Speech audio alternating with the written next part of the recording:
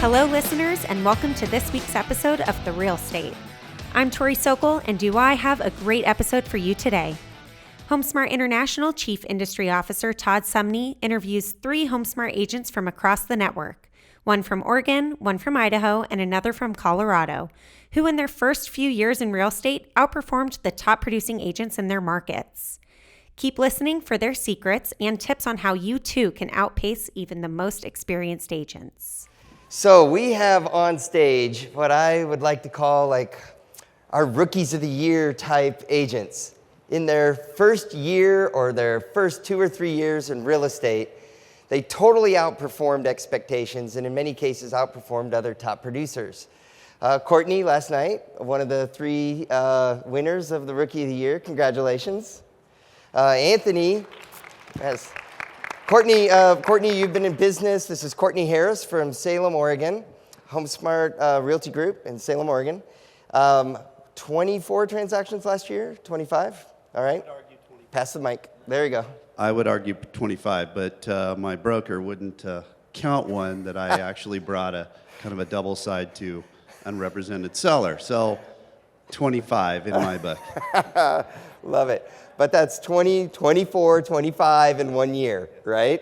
Anthony, 6 or 7 months into the business, you've already done 14 transactions, right? Yes. This is Anthony Elizondo from Idaho, and he wasn't even eligible yet, but he's competing for next year's title. So, absolutely. Right? And then we have Jenny Gatsky. Jenny is from Canyon City and Pueblo, Colorado, so south of Colorado Springs. 3 years into the business, number 3 in her market, all of Canyon City or her MLS. Number 3 in the entire market, 3 years into the business. If you would have been with HomeSmart, you would have been a contender for Rookie of the Year when you were here. But 51 plus transactions last year? 55. 55. And I just closed my 100th transaction on Friday, and my 3-year anniversary is in 3 weeks. So what we're going to do here today is we're going to dig into what is their mindset? What is their no limits mindset that helps them kind of surpass the normal expectations? Also, what are some key action items? I've asked them to give you each 3 key action items that you can take away and implement in your business. So Courtney, we're going to start with you. All right? I hope you have it on the key card because I don't remember them.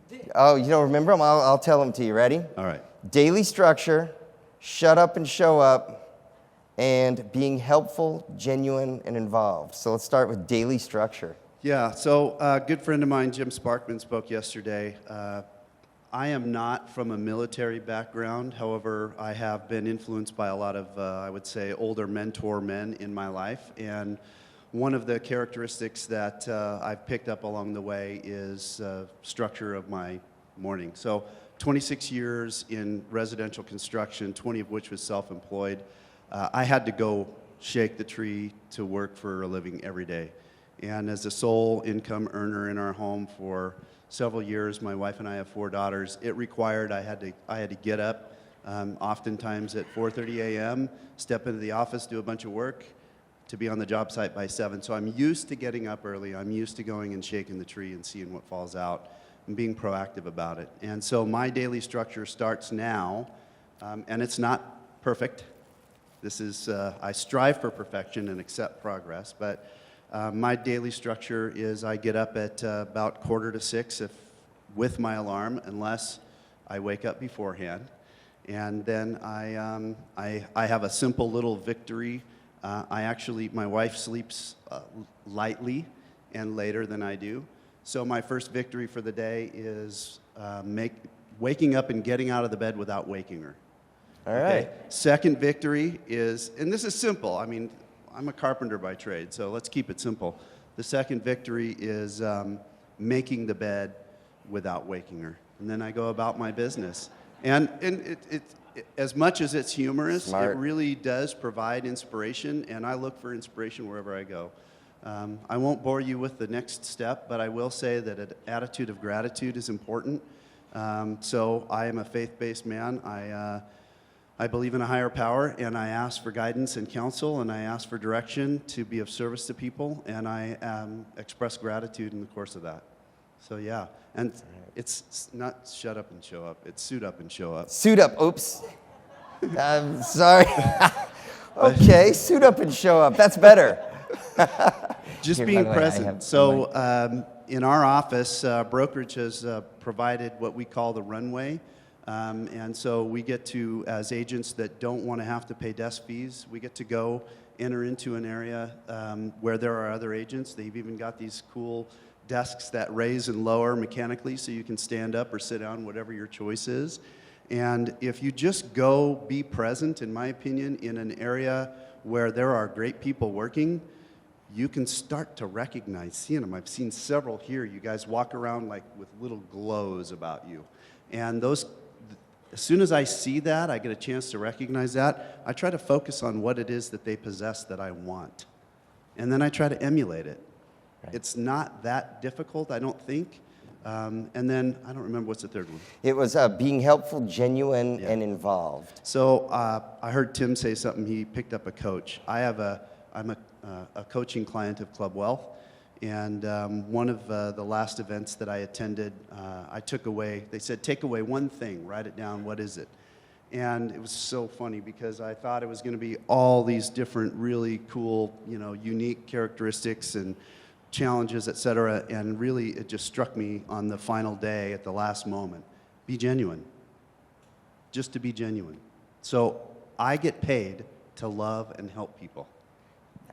Can you tell everyone about your discussion with your coach in the HomeSmart Realty Group office, who you were trying to come up with your phrase when we were pushing? Because I was pushing you about, okay, but let's get to real estate though too. How does that really help you in real estate? And you told me about the conversation you had with your coach in the office.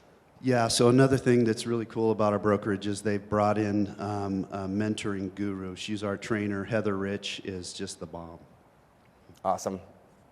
Sorry. That's great. Heather has inspired us in ways that are difficult to measure. So in the midst of facing challenges, I won't go into what they are, right. But one of the challenges that she provided us was, and Simon Sinek has written on it, what's your why, finding your why. I did a year-long E-Myth business coaching a few years back and had to write my own eulogy, and that's a real eye-opener. So I was talking with Heather one day, and she said, what's your why? And I said, I think I got it. Granted, those who inspire us have a tendency to actually challenge us to go a little further. I told her, I said, I think it's because I love to help people. And she said, oh, no, Courtney, it's because you love people. And I went, oh, wow, I do. Now, some of them make it easier than others, but. Right. And then last thing real quick, so that also urged you on where you really do some strong community involvement, some involvement with the local hospital, some other things. Talk about that and how that has transformed into transactions that have just showed up by being... We got 11 minutes, so these people need to talk. Well, that's true. I've done a nurse appreciation event that was inspired by an associate of mine and had a really good turnout. 30 people that I didn't know showed up. And we just loved them. My daughter, I have 4 daughters. My oldest wants to be a nurse. Cancer. Our family has experienced every kind of imaginary, issue with health. So it's not hard to focus on and express appreciation to those who are underappreciated. And I would just encourage you guys, if you wanted to do something like that, think a little bit further than just that, because there are so many social service industries and organizations that do a lot of the work. 20% of the population does all the work. Right. There are people that are underappreciated. All they want to do really is to help people, and if we could take a chance and express our gratitude to them, could be those at the warming shelter that work the graveyard shift. Right. Give them an event. Sponsors will pay. They will give you stuff to give them away. So great. Yeah. Good advice. So Jenny, how did you grow such a strong business in such a short amount of time? I also started out with a lot of coaching.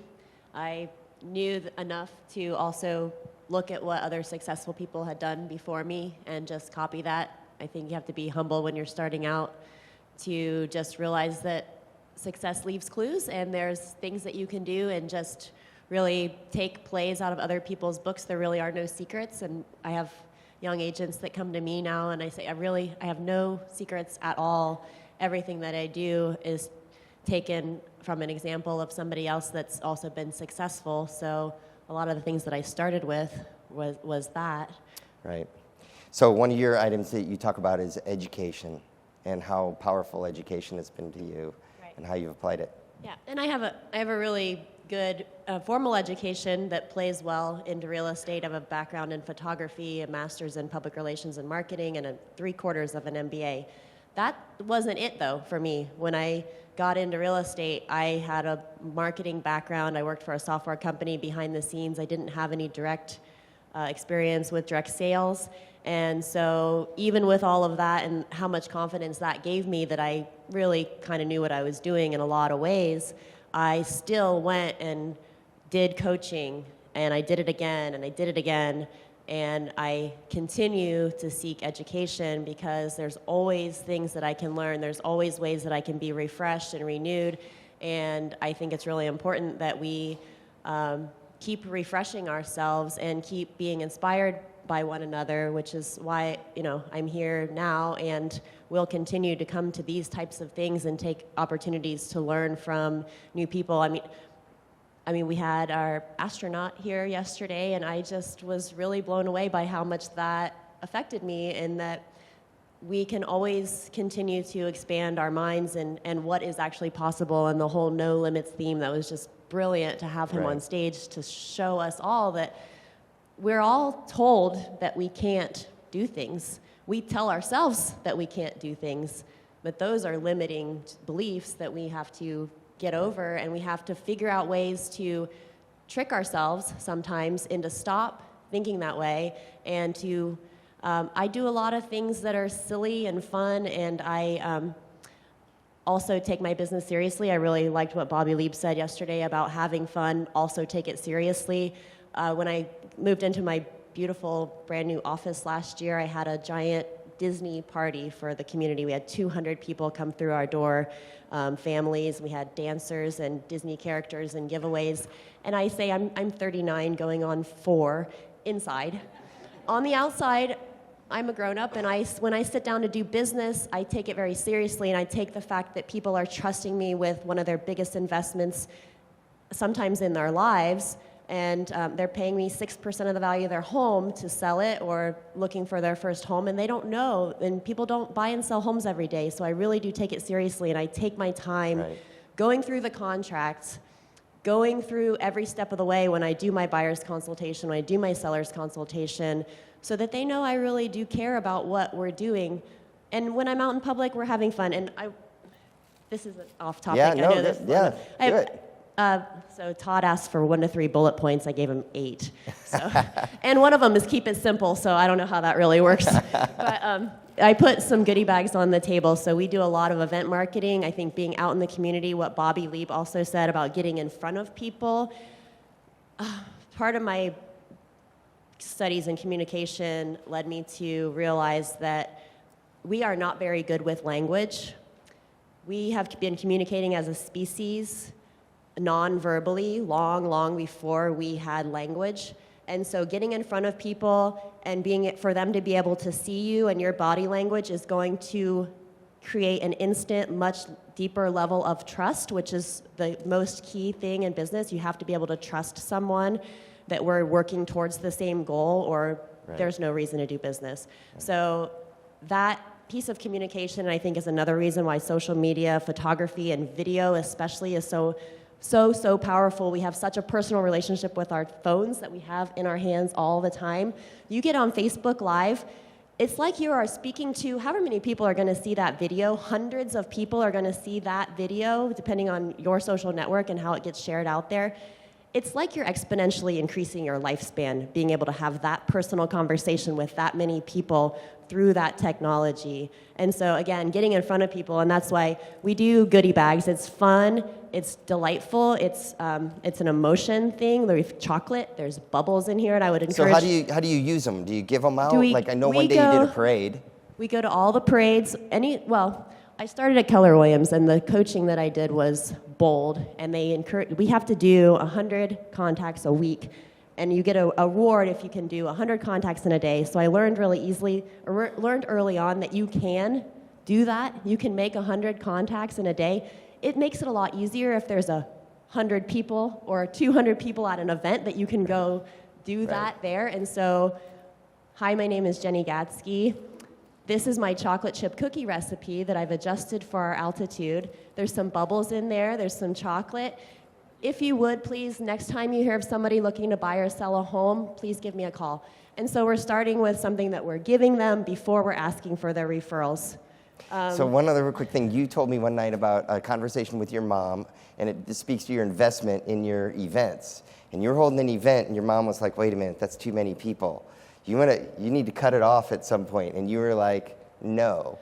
Well, right. And that's another thing that I took straight out of the playbook. It was a mastermind panel of top agents, and one of the agents said, I believe the biggest mistake that most agents make is they do not have a client appreciation event.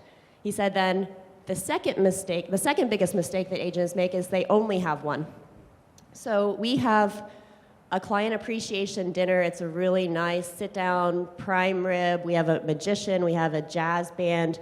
We have, anyway, I did my first client appreciation dinner last year, the year before in 2017 at the end of my second year. All of my clients were invited. That's what my mom said. Right. So next year, Jenny, you're only going to invite your clients from that year, right? Because, gosh, that's going to get really expensive. No, I'm going to invite all of my clients forever, and it will continue to get bigger. And the other thing that does is validates the trust, because a single person has one experience with you buying or selling a home, and then they maybe not see you again. And that's another big thing, is most agents never follow up with their past clients.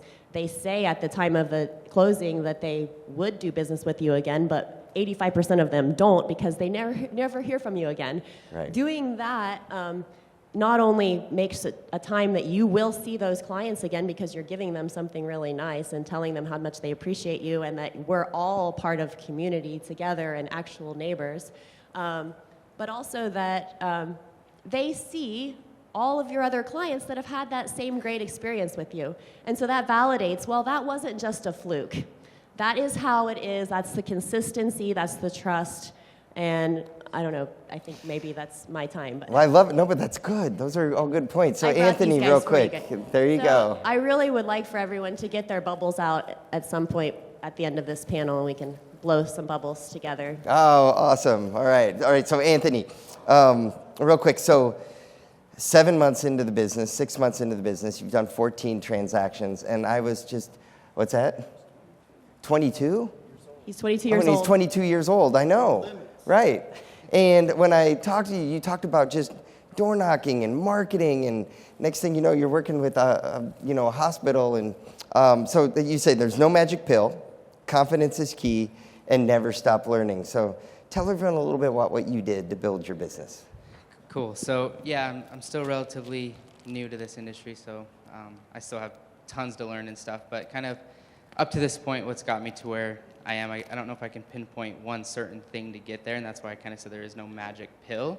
But one thing I noticed right when I got licensed as a realtor was I got bombarded by Zillow leads, Realtor.com leads, people just trying to sell me leads. And I'm like, $500 here, $1,000 here. I'm like, I don't have money to, pay for these leads. So the first thing I did was I searched out a mentor, somebody that was going to teach me how to not just feed me leads, but how to fish for my own leads. So I did that right out of the gate, and that exponentially, that helped me a ton, Closed the first couple transactions with the mentor, got my feet on the ground, and then I kind of, from there, just went rolling. And so I just want, starting out as a realtor, the biggest thing you have against a top producer or a veteran in the industry is time. You have time, These guys that are closing 50 to 100 deals, they don't have time to go door knock. They don't have time to do face-to-face interactions and get out in the community maybe as much as you can. So really leverage that time. Don't jump into something that you can't afford right off the bat, because you don't know how long it's going to take for that to pay off. So I really focused on just doing things that I knew I could do, and that would maybe not get me leads right away, but down the road would. So I started out with a lot of door hangers. Got my first listing off of a door hanger. It took 2 months to get that the listing, but then I farmed that neighborhood and ended up with 3 other listings in that neighborhood and double-ended one of them. So it just led to a lot of transactions in that. Another thing that I focused on was business to business, trying to I would go around the community and kind of partner with local businesses. And then one day in the newspaper, one of our biggest hospitals in our area announced that they're doing a $200 million extension to their hospital. So in my head, I'm like, well, they already got a couple hundred employees at their hospital. They're going to build this other hospital, have a couple hundred more employees. So, I offer a service that, everybody needs eventually at some point in their life. So how can I partner with a corporation or business like that and offer their employees some kind of benefit to work with me? So I got a meeting with their marketing person there. I kind of laid out a plan on how I could give their employees a discount when they buy or sell with me. Got that on the employee benefit page on their website, and from that meeting with the marketing person, it led to, well, do you do commercial or office leases? Because we don't really have an agent that we work with primarily for the hospital. And I'm like, well, in my head I'm thinking, no, I don't know anything about commercial or office leases, but I'm like, absolutely, with my real estate license I can farm, ranch, commercial, residential, whatever you need, I can do it. And so that led into, she said, Well, what'd you do that night then? Yeah, so that night, after that, I was nervous. I'm like, I just said I could do something that I really have no idea of how to do. So I went home and I bought 3 CE courses on commercial and office space. No limits mindset, right? I think that's awesome. So yeah, the whole model of, jump and then try to build your parachute on the way down is kind of the thing I shoot for. So I love that.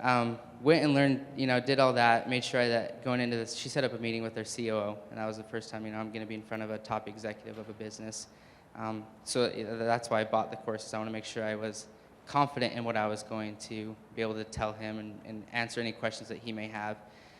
So now it's kind of led to a relationship with their top executive, and I'm helping them do a couple commercial deals, purchases, and getting them office space to lease and stuff. And the new hospital is supposed to be done, towards the end of this year, so I'm hoping that a lot of that business will start coming in around the summer and towards the end of this year of something. So it's a long-term goal, but I think, starting out as a new realtor, just doing these things, it costs me nothing to try to set up an appointment with a marketing person to create a flyer to somehow benefit their employees. And hopefully in the long run it's going to pay off. So. Right. Very good action points. Okay, so real quick, one more, if there's something we left out of the conversation, what do you want the audience to know that they could apply in their real estate businesses? Who wants to go first? What do we want the audience to know? Yeah. Jenny, you had a couple more. Is there anything else that... Something I took away from, it's kind of our theme here, but took away from one of the Club Wealth events is, why not me? Right. Really challenge your own misperceptions of what you can and can't do. Because the only thing stopping us from doing it is between our ears. Right. I also think you have to take the next step before you ever think that you're going to be ready, or that you don't feel like you're ready, but you have to be seeing what's ahead. And one of the big things is, I know that I closed my 100th transaction on Friday because it's all on a spreadsheet. I have every single transaction, every single client, and my entire pipeline. So I know right now that I'm on track for the first quarter to quadruple what I did last year in my first quarter. So my goal is to double my business again this year and do 100 transactions this year. I'm on track right now to quadruple it if we continue in the same trajectory. So if you don't know your numbers, you don't know where you're going. I also hired my first part-time assistant in, I'd say it was about a year and a half in, and she came on full-time in under 2 years. So I had to have somebody because I was getting so busy, and I could see my goal for the year last year was 50, and I'd been told by Gene Rivers, said, that's the most a single agent can really feasibly do by themselves without their service falling off a cliff is about 36 transactions a year. So having a goal of 50 last year, I knew that I couldn't wait till the middle of the year when I was on number 35 to hire that assistant, because I would have already exceeded my capacity, and I was already seeing the fact I couldn't answer my own phone. And so I gave up answering my own phone at the beginning of last year, and that's the only reason I was able to do 50 transactions as a single agent, was because I had full-time help, and it was a terrifying thing to do in just under 2 years to hire somebody on a salary full-time. But I know for a fact I wouldn't be sitting right here if I hadn't have done that and taken that leap, get help. Right. I think my key would be, take every opportunity that comes your way and never stop learning. Like, I don't know how long you've been in the business or whatever, but no matter how many years you have under your belt, the market is always changing. So never stop learning that new market. Knowledge is power. So.